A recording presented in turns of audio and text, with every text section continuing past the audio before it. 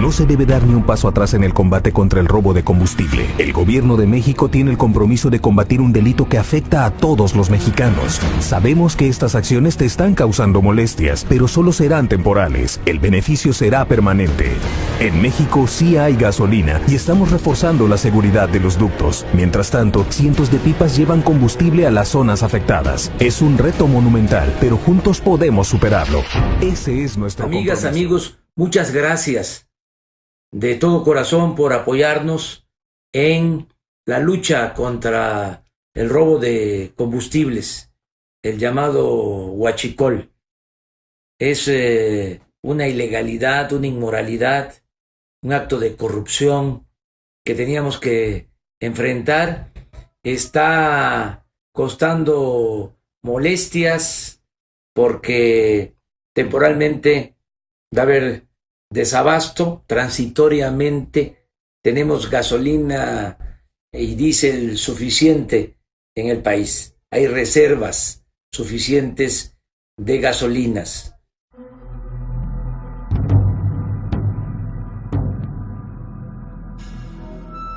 Desde que fue expropiado el petróleo a las compañías estadounidenses y británicas en 1938, se dijo que los recursos que éste generara serían de todos los mexicanos.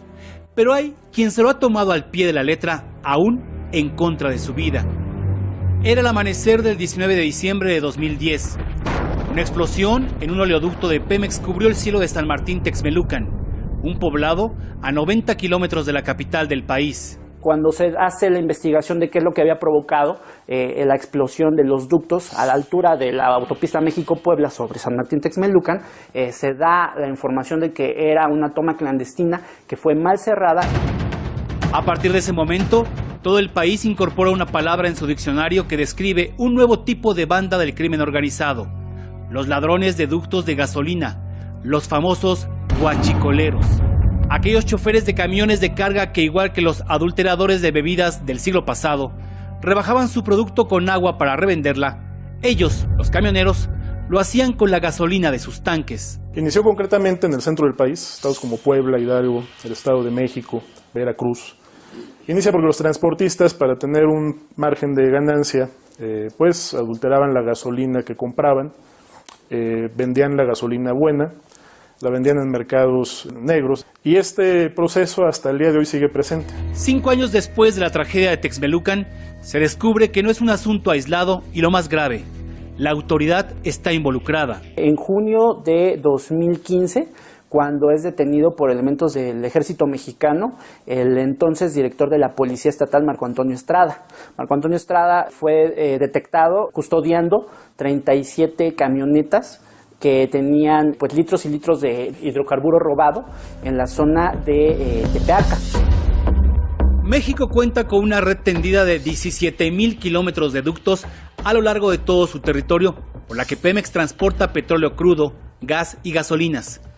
Del Golfo de México hacia la capital del país corre una enorme tubería para abastecer la necesidad de los millones de vehículos que se desplazan ahí. ¿Por qué se da? Bueno, porque pasa el ducto, porque las condiciones de vida ya pues, son fastidiadas, o sea, no es una zona de industria, no es una zona con una gran producción citrícola, agrícola en general, no hay demasiado ganado. Te hablo de los pueblos de la zona huachicolera de Puebla. El huachicol se convirtió de repente en una opción que generó riqueza para toda la comunidad. Si estamos hablando de poblaciones como Palmar de Bravo, que han vivido toda su vida de la siembra de hortaliza, y en una semana tú te ganas 500 pesos lavando zanahorias, que llegue un huachicolero y te diga solamente a ti, un muchacho, por ejemplo, de 14 años de edad, que te va a dar 500 pesos por conducir una camioneta que lleva huachicol en una noche, o 5,000 pesos, por ejemplo, en una semana, ¿no? Pueden tener negocios que en un día se ganan lo de una semana. Entonces, todas las poblaciones de esta zona del Triángulo Rojo fueron beneficiadas o están siendo beneficiadas económicamente. Hay un apoyo total cuando hay incluso enfrentamientos entre el ejército y los huachicoleros. Las poblaciones terminan estando del lado de los huachicoleros. Pero los beneficios no son para todos y no en la misma proporción. El crimen, como toda organización, tiene jerarquías en función del compromiso mostrado. Ahorita ya se habla de que esto pudo haber costado cerca de 150,000 millones de pesos durante la última década en términos de robos de combustible. En 2011, hasta antes de que se aprobara esta reforma, por ejemplo, teníamos alrededor de 2.400 tomas. Para este año 2017, muy probablemente estemos teniendo más de 7,000 tomas clandestinas. La ubicación privilegiada del estado de Puebla, a medio camino entre el Golfo de México y la capital azteca, así como recibir un torrente de combustibles a lo largo de un ducto que viene descendiendo de la sierra en camino al mayor consumidor de gasolinas del país, lo ha vuelto la manzana de la discordia para diferentes bandas. Existen por lo menos 4 líderes huachicoleros en la zona de Puebla, que primero empezaron, como les decía, con estas familias, con estos comercios domésticos de hidrocarburo robado, y después se fueron haciendo a gran escala, a grado tal que ahora ya tenemos por lo menos 2 cárteles peleando por la zona del hidrocarburo en la franja de Puebla-Veracruz. Aunado a lo anterior, los expertos dan una explicación a este fenómeno centrado en la desigualdad social. El narcotráfico tiene un estigma que no tiene el huachicoleo. ¿Por qué? Pues yo entiendo que la gente piensa que agarrar el combustible y revenderlo es una especie de derecho que tienen por haber nacido en México, que es un país productor de petróleo. Hemos visto estos últimos meses un hecho concreto en Palmarito, en Puebla, como un grupo delictivo que se dedica al huachicoleo están en un lugar supuestamente sacando combustible cerca de Palmarito, un pueblo muy chiquitín. Llega el ejército, se enfrentan y la respuesta es confrontar, no es irse corriendo. Por el otro lado, que también estamos hablando de comunidades que históricamente se han quedado al margen de los beneficios del negocio petrolero en México y que con la reforma energética tampoco se están viendo beneficiadas. Y la única manera que ellos han visto ahora de obtener un beneficio, desafortunadamente, ha sido así, robándolo y vendiéndolo. En Palmarito mucha gente me decía, no, lo que pasa es que ellos cuando llega el Día de la Madre, por ejemplo, reparten regalos, o llega el Día de la Mujer, reparten electrodomésticos, así, ¿no? O llega el Día del Niño, reparten juguetes. O alguien está enfermo, ya sabe a dónde tiene que ir para explicarle a quien tiene que explicarle si le puede dejar para la radiografía o el estudio que sea. Entonces el arraigo de estos grupos en las comunidades es muy fuerte. A juicio de las autoridades federales, esa es la razón por la que no se puede acabar con el problema, su fuerte base social y la corrupción regional. La información ya está en manos de estas organizaciones. Hace muchos años, en 2009, todo en el gobierno de Calderón, por ejemplo, el Atlas de Infraestructura Estratégica de Pemex se hizo público. Se le entregó a los 32 gobernadores a través de un convenio de CONAGO con Petróleos Mexicanos y se le entregó a otros 450 alcaldes. Desde entonces también el problema empezó a crecer porque se les entregó información de toda la red de ductos de Petróleos Mexicanos. En estos 22 municipios también se ha hablado de la colaboración incluso de servidores públicos como presidentes municipales. Tenemos 2 presidentes municipales que han sido detenidos en Puebla por estos casos, ¿no? El presidente municipal de Atzitzintla y el presidente municipal de Palmar de Bravo. Incluso en el caso del último presidente, que es el de Palmar de Bravo, se le confirmó que tenía hidrocarburo robado en sus gasolineras y que había tenido cierto enriquecimiento ilícito a raíz del huachicol. En el robo a ductos confluyen muchas problemáticas y una de ellas es el alto precio de los combustibles, lo que atrae a decenas de consumidores. Cuando compras un litro al huachicoleo te sale a 7 o 8 pesos si la zona no está caliente. En la gasolina te cuesta 15, 16, o sea, es el doble. Es muy lucrativo. El incremento que hubo a inicios de 2017, aproximadamente 20% en los precios del diésel y la gasolina, pues también tuvo un impacto en lo que es el crecimiento de un mercado negro.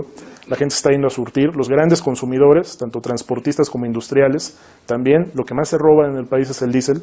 Y entonces lo que hemos visto en las evidencias que han surgido en estas semanas de estas colas que hay prácticamente de lo que parece ser clientes del sector transportista o de algunos otros grandes consumidores de diésel, pues nos está hablando de que el precio sí tuvo un impacto también, lo hizo más atractivo, tanto para las organizaciones del crimen que lo venden, como para organizaciones y bandas más pequeñas. Y otras que han crecido en recursos y en violencia. El Toñín, el Loco Telles, La Negra y el propio Bucanas son los que tienen el control de toda esta franja. Cifras del gobierno federal establecen que Puebla ocupa el 4º lugar nacional en empleo otorgado por la economía informal. Y ahí, se estima, caben muchos colaboradores de los ladrones de ductos.